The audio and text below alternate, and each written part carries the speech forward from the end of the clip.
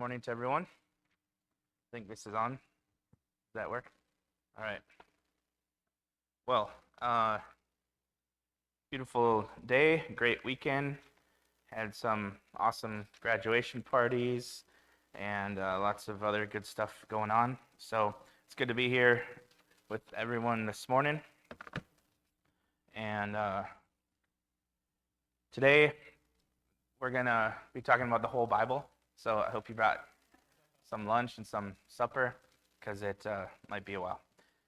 Actually, we'll try to do an abridged version of the whole Bible, okay?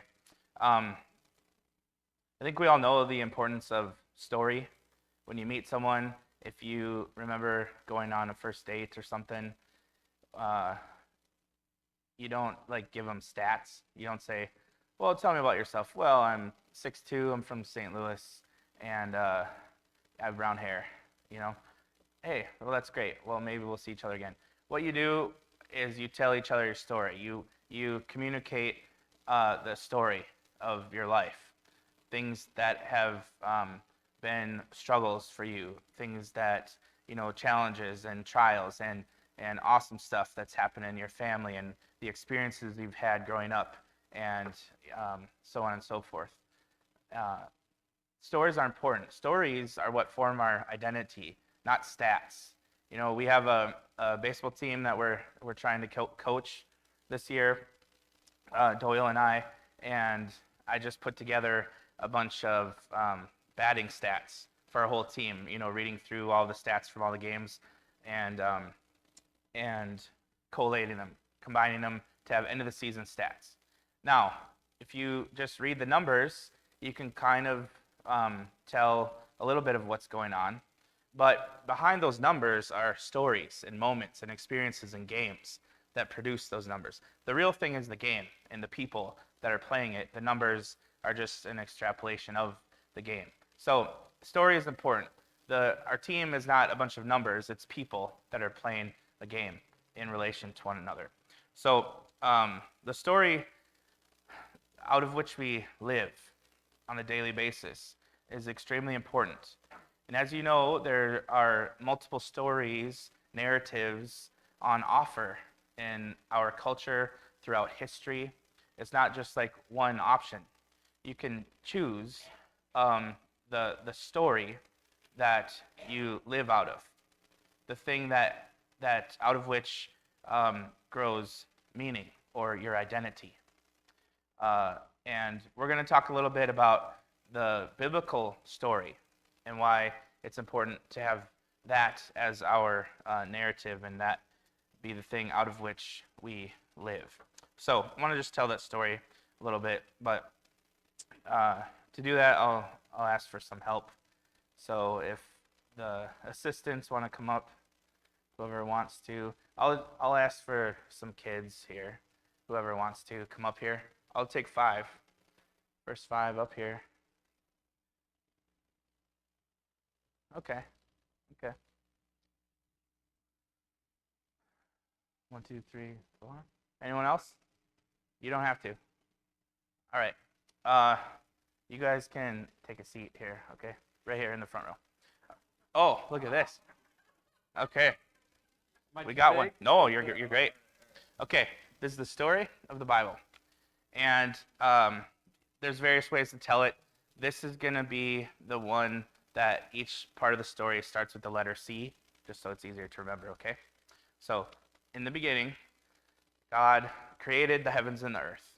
And this is the beginning of the story. It's about a good God who creates a good world, and we can call that creation. And it's important to realize that his best idea ever, if you could imagine being God and you come up with your best idea, his best idea was to make this world, this creation. And it's important to him, and he loves it. And the highlight and the pinnacle of that creation is human beings. But everything else that's created and made is important to him. It's not a story about a God who makes something and then burns it up and throws it away. It's a story about a God who creates and calls it good, and in our case, very good, and he loves and he treasures and he pours himself into his creation and into his humans. And as the story is told in Genesis 1, it's kind of the picture of an ancient Near Eastern temple garden. That's the language that's used to describe creation. And so we're picturing an ancient temple, and just like everyone else in the ancient world, any leader or royalty or whatever would create temples, and they would have their gods, and in the temple they would place a statue.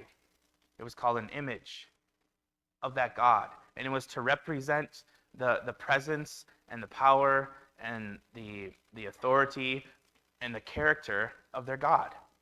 That's in every major place where there's temples in the ancient Near East.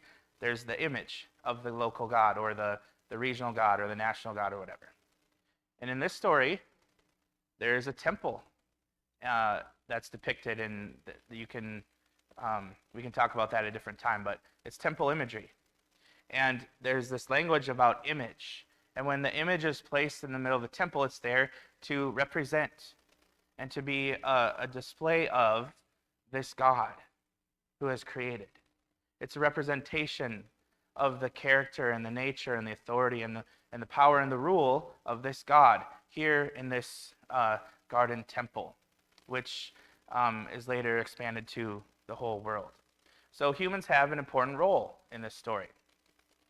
Their role is to represent God. Their role is to take the glory of their God and reflect it out into the world. And their role is to gather up the praises of the world and creation and reflect that back up to God with their mouth, with their heart, with their body in praise. That's why all over the place in the Bible you have trees clapping their hands and singing and stuff. Creation joins into the praises with the humans, and the humans reflect that back up to God.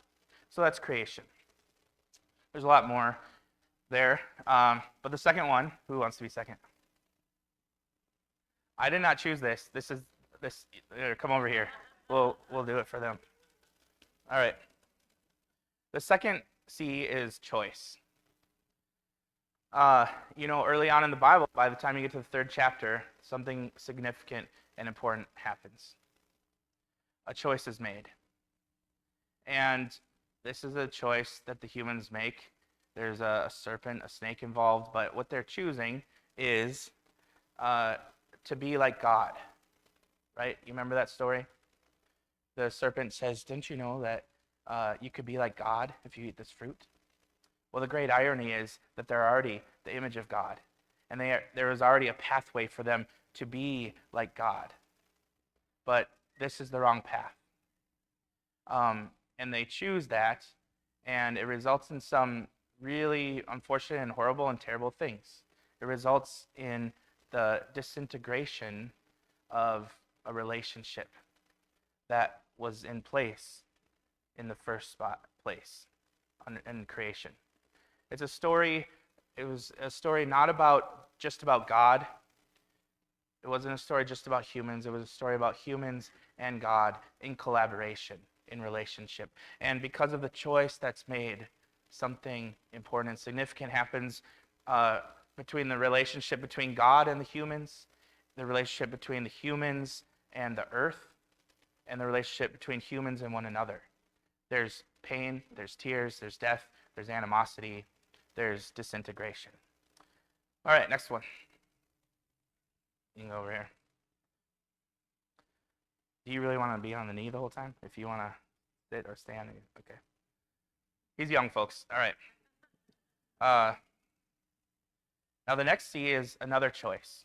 Here's the choice that humans made, but God looks at that situation and the aftermath of that, and there's a whole, 8 chapters from Genesis 3 to Genesis 11, where it's constantly humans going further and further away from that garden temple.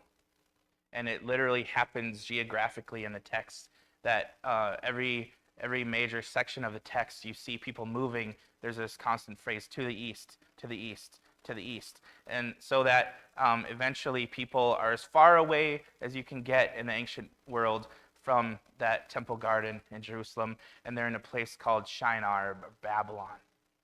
And that's where the Tower of Babel takes place. And in Genesis chapter 12, the very next chapter, God says, okay, we've seen the results of humans making choices. It doesn't go well. Now I'm going to make a choice. And God says, I choose to bless the world through this family called Abraham. That's not the name of the family, it's the name of a guy.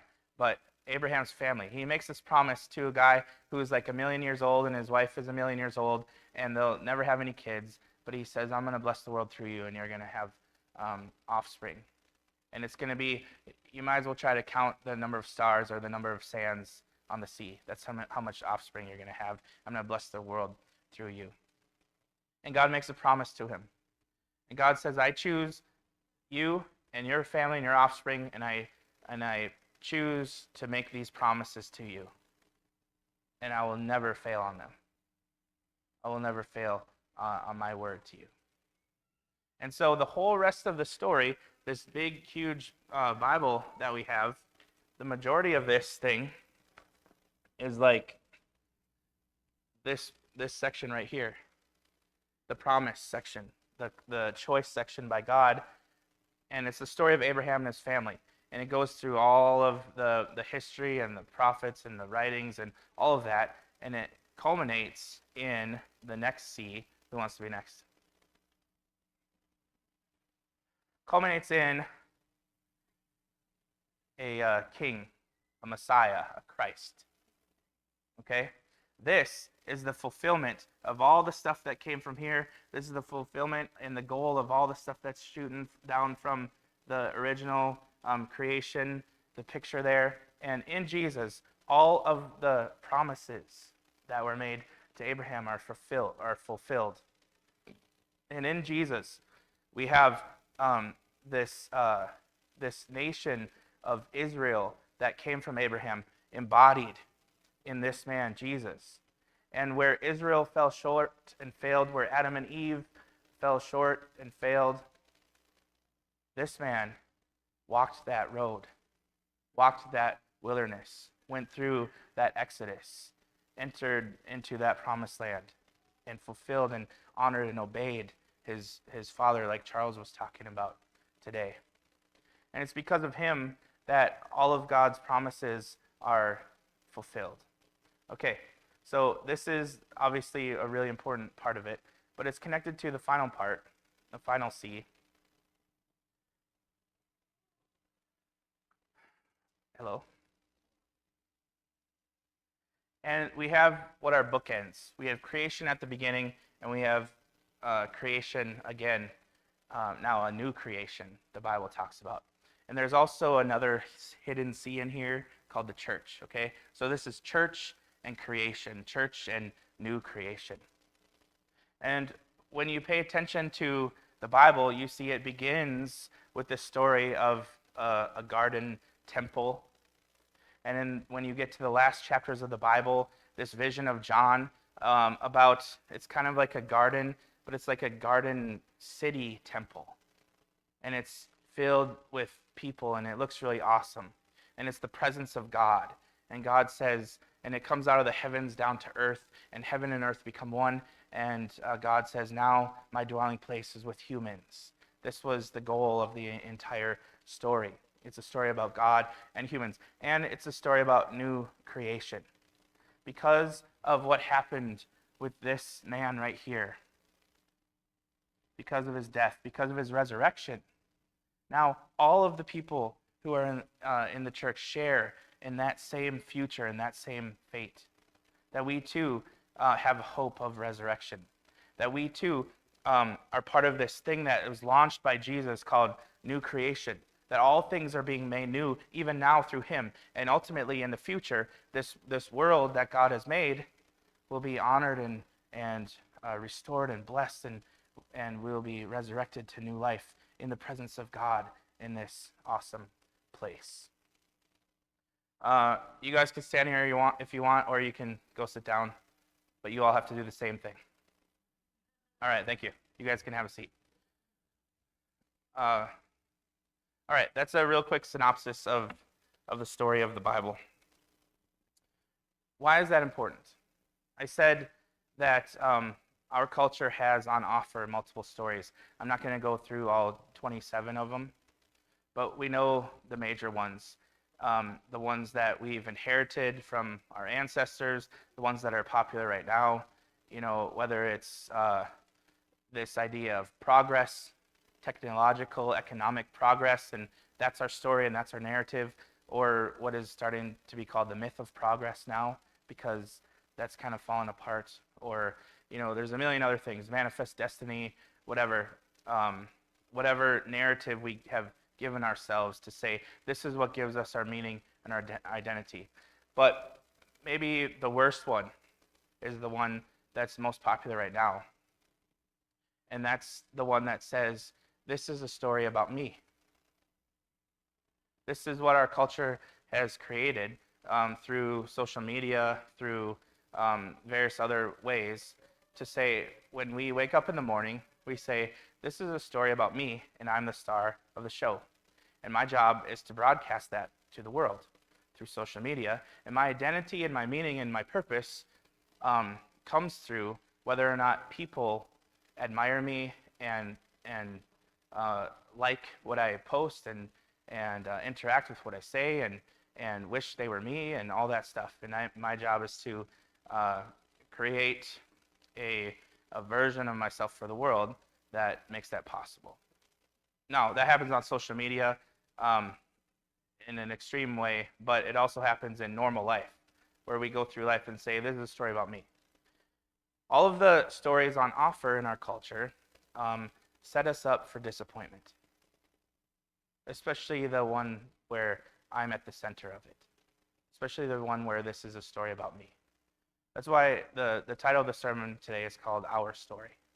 And I think that's the biggest and most important thing for us to recognize in our culture right now, our culture of individualism, that's a story that disappoints. It sets us up for huge failure and disappointment. There's people like Ian McGilchrist and John Vervaeke I've talked about before. These people have spent their life and their career in the university. They've seen year after year, generation after generation of 18 to 24-year-olds coming through. And they see and recognize a huge difference now. What's happening? There's something that they call a meaning crisis. People have a crisis of meaning in their life. There is nothing meaningful. There is no significance. And there's a lot of different factors of why that is. But loss of community and switching to a story, a narrative that stars me at the center as the main character is part of the major problem of that. We're not made to handle that. This story is a story about us. It's our story. It's a story about a God and his people, a community, a family, in relationship, interacting, knowing, and being known. It's a story about a God who loves his creation, who blesses his people, who makes promises and keeps them. It's a story about his people who struggle and strive along and make mistakes and fail. But God is faithful even when we're not. It's a story about a God who sends his son to make everything right. And it's a story about us living into that promise and that world and that narrative of new creation. That because of Jesus, all things have been changed. This world is fundamentally different now because of Jesus, and we get to live out of that reality as his followers, as his disciples. That's the story. And that's the one that offers meaning. That's the one that offers identity. That's the one that offers purpose. That's the one that affects everything that we do in a positive way. And there's so much more I could say here, but I know we're short for time. But I really hope, and I want to ask you guys to really reflect and meditate on this.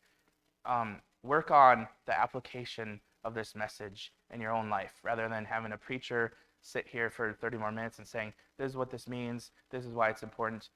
Reflect on that. on your own time.